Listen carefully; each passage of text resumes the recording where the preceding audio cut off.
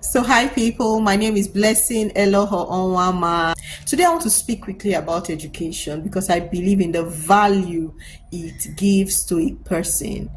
Education helps you to communicate with people, it helps you to see possibilities, it helps you to think about the future and plan for the future. I don't know which mother, father, uncle, auntie may be listening to this, but please send people around you to school. If there's a young person around you that is wanting to go to school, that's a desire for school, and even if they don't have a desire, it's important they go to school, at least formal education to JSS3.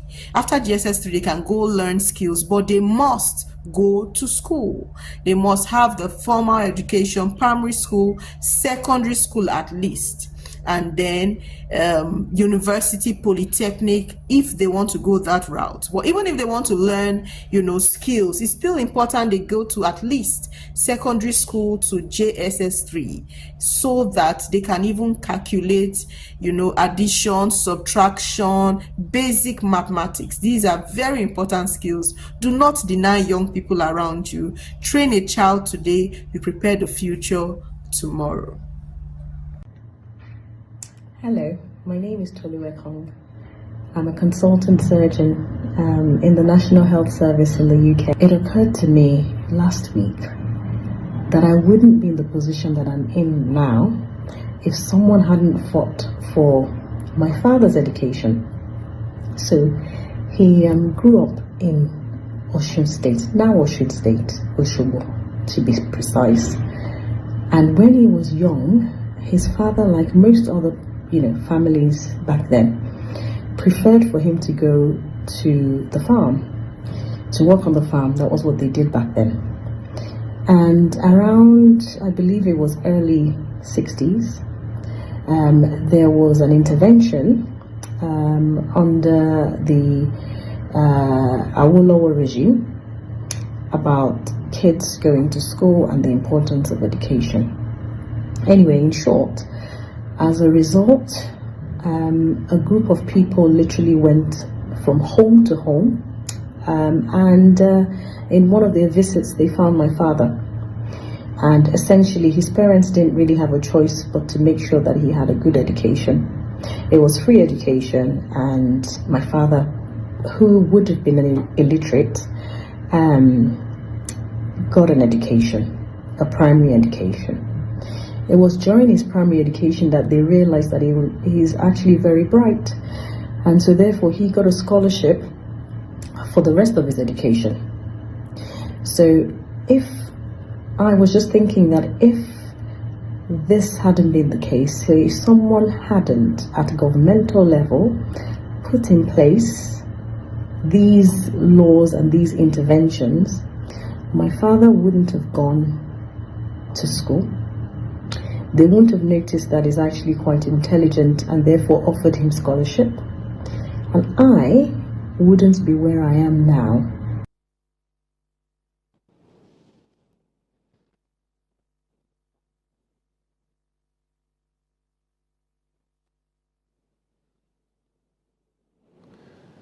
All right, thank you very much indeed for staying with us. January 24 every year has been set aside by UNESCO as the International Day of Education. This is a day set aside to look at things and concerns around education around the world and how to better the lots of the peoples of the world. This year, UNESCO decided that the focus will be the opportunities and challenges of artificial intelligence. And that's what the focus for the 2025 edition is. We have someone joining us now to help talk about education in the light of the International Day of Education, and of course the impact of education on the lives of Nigerians and the kinds of policies and the direction that we have and how all of that can help promote development in Nigeria. We have joined us all the way from Washington, D.C. today, Dr. Adironke Kujore, who is the founder of the Adironke Foundation. Dr. Kujore, thank you very much indeed for joining us this morning. Good morning. It's a pleasure to be here, and happy early International Day of Education. All right, let's start with this. When I saw the focus for the 2025 edition of the International Day of Education, promoting opportunities opportunities, of course, challenges in artificial intelligence, the first thing that came to my mind is that in Nigeria, of course, there's quite some awareness about AI. But if you look at the kinds of things we're dealing with, basic education, for example, basic infrastructure, at the primary level, at the secondary level. Just now we read in the papers that some even tertiary facilities where doctors are trained haven't had power for 82 days. I mean, isn't talking about AI for an environment like Nigeria at this time, isn't that a luxury? Because we haven't really done so much with the basics. What do you think? No, you couldn't have said it better. It's definitely a conversation that the world is having, but a conversation that is too far in our future as Nigerians. It's very early for us to be talking about AI when we think about the fact that most of our population doesn't even have access to basic technology. Most of our children and our adults are not digitally savvy. So yes, it is still a very, it's not the conversation that we need to be having. We need to be making sure that we close the basic digital divide and before we get into the AI conversation. But I think the good thing about it for us this year is that hopefully it's a wake-up call to us to show us that the world is far advanced and we still have a lot of work to do to catch up with them, because they're not stopping, and it's our responsibility to make sure that we catch up to what the rest of the world is doing. So now let's bring it back home. Now that we have agreed that indeed a lot is going on around the world, but we have to look at our own peculiar, circumstances and the things that we need to do. What would you say should be our priority, particularly as we mark this year's International Day of Education?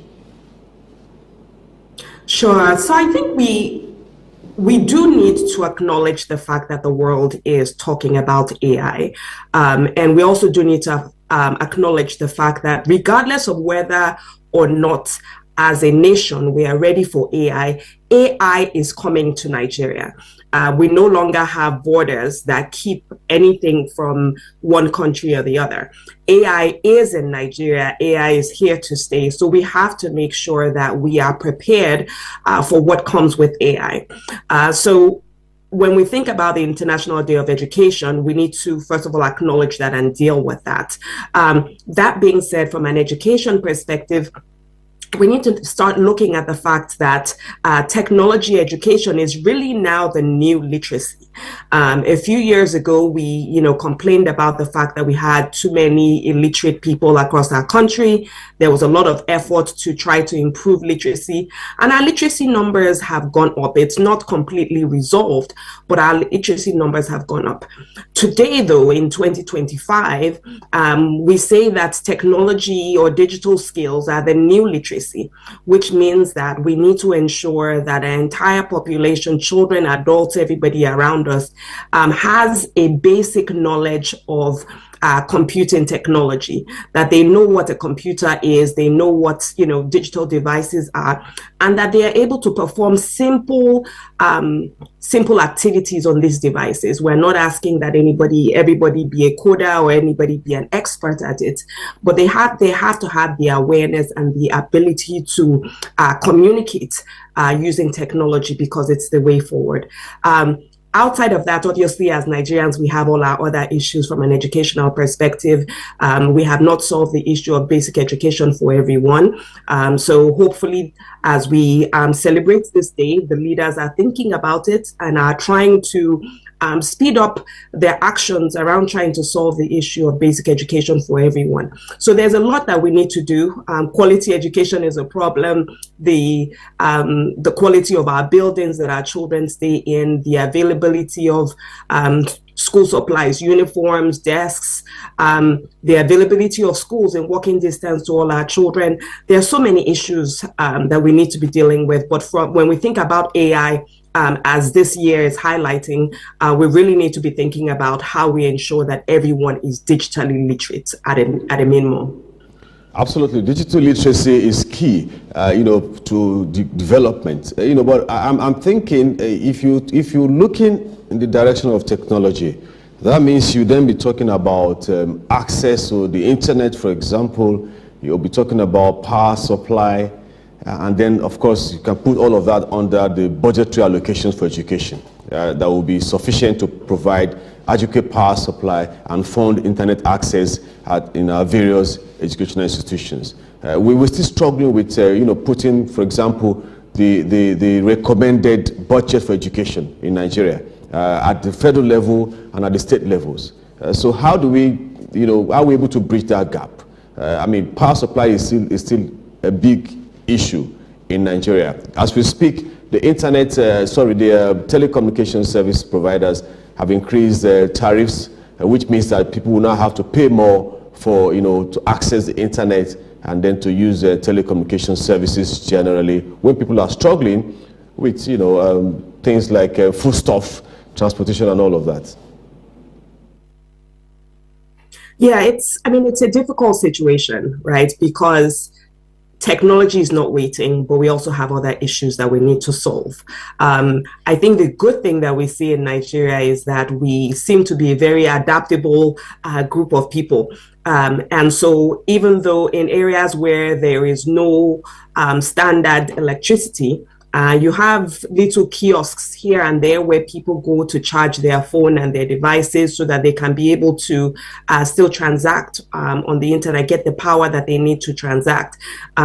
We're seeing a lot more solar powered devices or solar powered vendors that are providing electricity in some shape or form in some of these rural areas where they might not have, good access to electricity. So it seems like the Nigerian, population finds its way to make it work. From an internet perspective, yes, internet access is needed, but you also find that in many of these areas, they might get 5 minutes of internet access in a day or a few minutes of internet access in a day, and they use those opportunities to download what they need from the internet. So it's not a situation where absolutely nothing is available. In many communities across the country, and as long as there are roads and there's some slight portion of infrastructure, people are able to find their way around it. It's obviously not perfect and it's obviously not sustainable, but we find people being able, finding ways to, maneuver their way around the issues that Nigeria brings. But again, it's a call to our leadership to, to look at where the world is and hopefully, do something to try to catch up with the world. Like there's no shortage of things that we need to do as Nigerian leaders to make sure that the country is better prepared for our people to compete globally.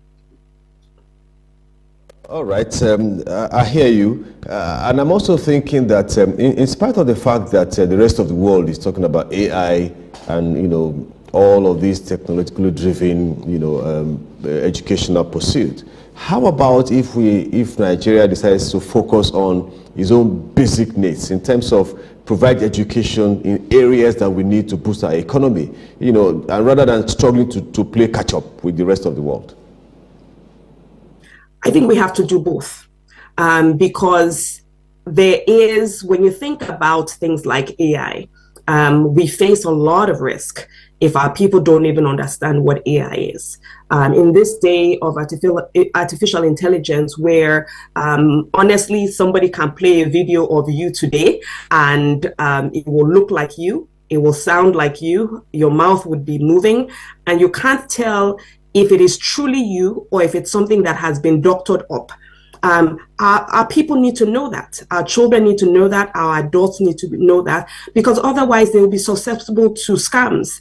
In this day and age of AI, where machines or computers can replicate things that humans are doing. If our people don't understand the fact that it could be a human or it could be a machine, they assume that it's a human that's doing things that a machine might be doing. So as much as we have basic things that we need to solve and repair or catch up on, we also need to make sure that people are at a minimum aware of what exists internationally, so that we don't expose ourselves to unnecessary risks. Our borders are open. We have, a lot of Chinese indigenes coming in and doing a lot of work within the country, and people from other countries as well. You cannot say that, they are bringing AI in and we will not educate our citizens of what the power of AI is. You also have people that are beginning to work across the globe. Those that have the opportunity to do that, they need to understand what AI is and the power of AI to make sure that they are prepared for that. Because if you don't understand that, at some point, a lot of jobs that we currently are, happy to take advantage of remotely today may no longer exist. So I think it's a two-pronged approach that we need to apply to this. We need to take care of the basics, but we also need to make sure that our people are caught up, at least intellectually, on what else is happening across the globe for us to not put ourselves in danger. All right, thank you. But how about the fear that if you promote AI, if you promote technology, it will take over jobs that human beings are supposed to do? I know that this also was the case at the time that computers were becoming popular in Nigeria, and people are now saying that, look, by the time you set up all of this AI, education and all of that and awareness, lots of jobs will be lost. What do you say to those kinds of people? It's not a matter of promoting it. We live in a global society, like I said earlier. Regardless of whether we promote it or not, it is there, and it will be used, and it will be, and it will expand. So the question is, what do we need to do to catch up and make sure that we don't get the short end of the stick, that we don't get marginalized as this thing is coming? It's not stopping. So it's not something that we can say, close our borders, we're not talking about AI, we're not doing anything with AI because it's going to steal our jobs. It's here for good. And I think our understanding it as quickly as possible actually helps us better position ourselves. So what you find is people starting to talk about, okay, if AI can replace, certain jobs, what other professions should I be studying when I go to university?